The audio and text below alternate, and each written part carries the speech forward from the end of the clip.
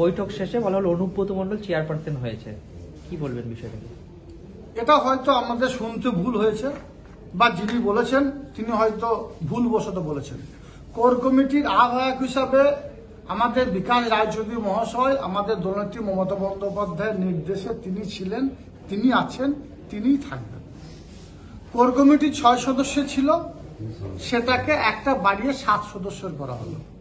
অনুব্রত মণ্ডল মহাশয় আমাদের অভিভাবক, তিনি কোর কমিটির মধ্যে অন্তর্ভুক্ত হলেন।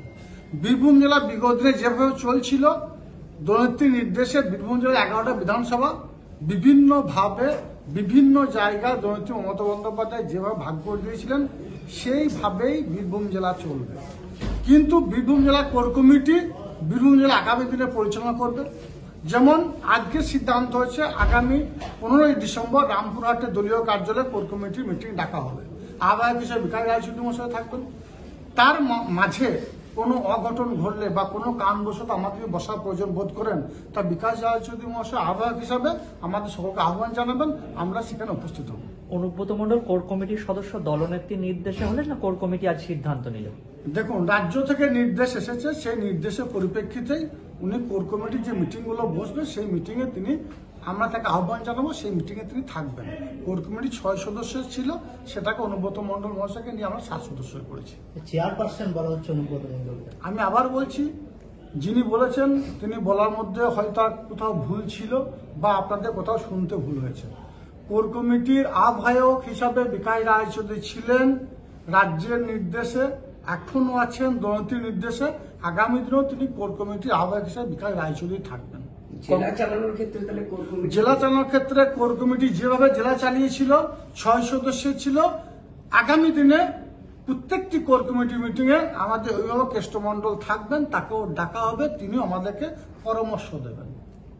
আর সিদ্ধান্ত কি উনি দেবেন না? সিদ্ধান্ত কোর কমিটি যে সিদ্ধান্ত নেবে সেই সিদ্ধান্তটাই চূড়ান্ত হবে। এককভাবে একনায়কতান্ত্রিকভাবে কোনো সিদ্ধান্তই কার্যকরী হবে না। সার্বিকভাবে 7 জন বসে যে সিদ্ধান্ত নেওয়া হবে সেটাই সঠিক সিদ্ধান্ত হবে, এবং প্রত্যেকটি সিদ্ধান্ত আমরা আমাদের দলনেত্রী বাংলার মা মাননীয় মুখ্যমন্ত্রী মাননীয় মমতা বন্দ্যোপাধ্যায়ের নির্দেশে এবং আমাদের যুবরাজ অভিষেক বন্দ্যোপাধ্যায় যে নির্দেশ দেবেন সেই নির্দেশগুলোকেই কোর কমিটি এখানে কার্যকরী করবে মাত্র। কঙ্কালীতলা গ্রাম পঞ্চায়েত নিয়ে কোনো সমাধান বেরিয়ে এলো? আমি আবার বলছি, দিদি যে নির্দেশ দিয়েছিলেন 2024-এর আগে বীরভূম জেলার 11টা বিধানসভাকে বিভিন্ন ভাগে ভাগ করেছিলেন, বিভিন্ন জনকে 6 জন কোর কমিটির সদস্যকে বিভিন্ন এরিয়ার দায়িত্ব দিয়েছিলেন। স্বভাবতই নানুর, কেতুগ্রাম এবং মঙ্গলকোট দায়িত্ব আমাকে স্বয়ং দলনেত্রী দিয়েছিলেন। সেই হিসাবে নানুর বিধানসভার দায়িত্ব আমার ঘাড়ে বর্ষায়, এবং নানুর বিধানসভার সম্মানীয় বিধায়ক বিধানচন্দ্র মাঝি তার প্যাডে লিখিত আকারে দিয়েছেন রাজ্য নেতৃত্ব যে সিদ্ধান্ত নিয়েছিল বিগত দিনে, এক ব্যক্তি একটা পদ, তার বেশি পদ থাকবে না।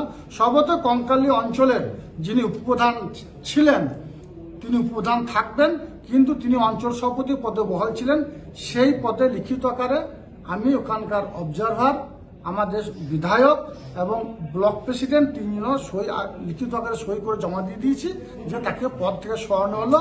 স্বভাবতই আজকের দিন থেকে অঞ্চল সভাপতি থাকছে না, কিন্তু উপপ্রধান হিসাবে অবশ্যই ওই পঞ্চায়েত দায়িত্বে থাকবে। নতুন অঞ্চল সভাপতি কে হলেন?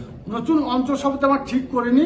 পরবর্তী ক্ষেত্রে অঞ্চলে যারা বুথ প্রেসিডেন্ট আছে, অঞ্চলে যারা সদস্য আছে, অঞ্চলে যারা সুবুদ্ধি সম্পন্ন মানুষ আছে, সকলকে নিয়ে আলোচনা করে আমি একটা ফাইন্যান্স কমিটি তৈরি করে অঞ্চলটা পরিচালনা করব।